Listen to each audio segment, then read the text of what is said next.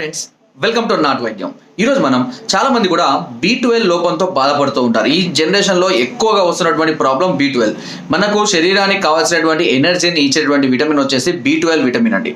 So ఈ B12 vitamin అనేది తగ్గడం వల్ల చాలా మందిలో కూడా కళ్ళ కింద నలుపు రావడాలు, శరీరం బలహీనంగా ఉండడాలు, పేలిపోయినట్టుగా అవ్వడాలు, ఎక్కువగా ఏ పని చేయలేకపోవడము, ఇలాంటి చాలా రకాల సమస్యలు ఎదుర్కొంటున్నారు.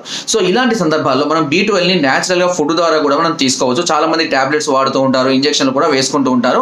సో అలా కాకుండా మనం ఫుడ్ ద్వారా, ముఖ్యంగా B12 అనేది ఎక్కువగా నాన్ వెజ్లోనే దొరుకుతుందండి. ఈ విషయాన్ని అయితే గమనించండి.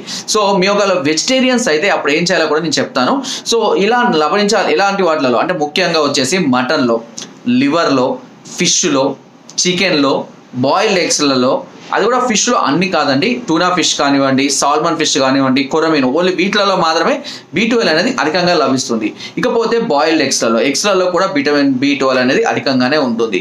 కానీ సార్ మేము వెజిటేరియన్ సార్, నాన్ వెజ్ తినము అని అనుకునేవారు మామూలుగా ఏ కూరగాయలలో కూడా మీకు B12 అనేది సమృద్ధిగా ఉండదండి.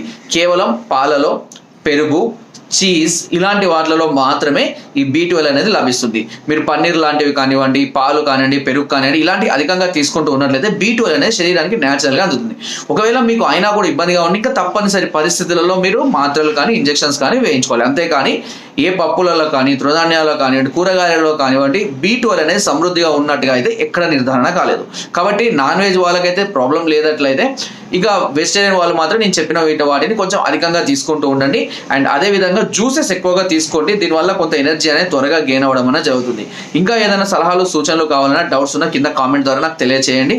నా వీడియోస్ తప్పకుండా లైక్ చేయండి, షేర్ చేయండి అండ్ సబ్స్క్రైబ్ చేయడం మాత్రం అస్సలు మర్చిపోకండి. Thank you.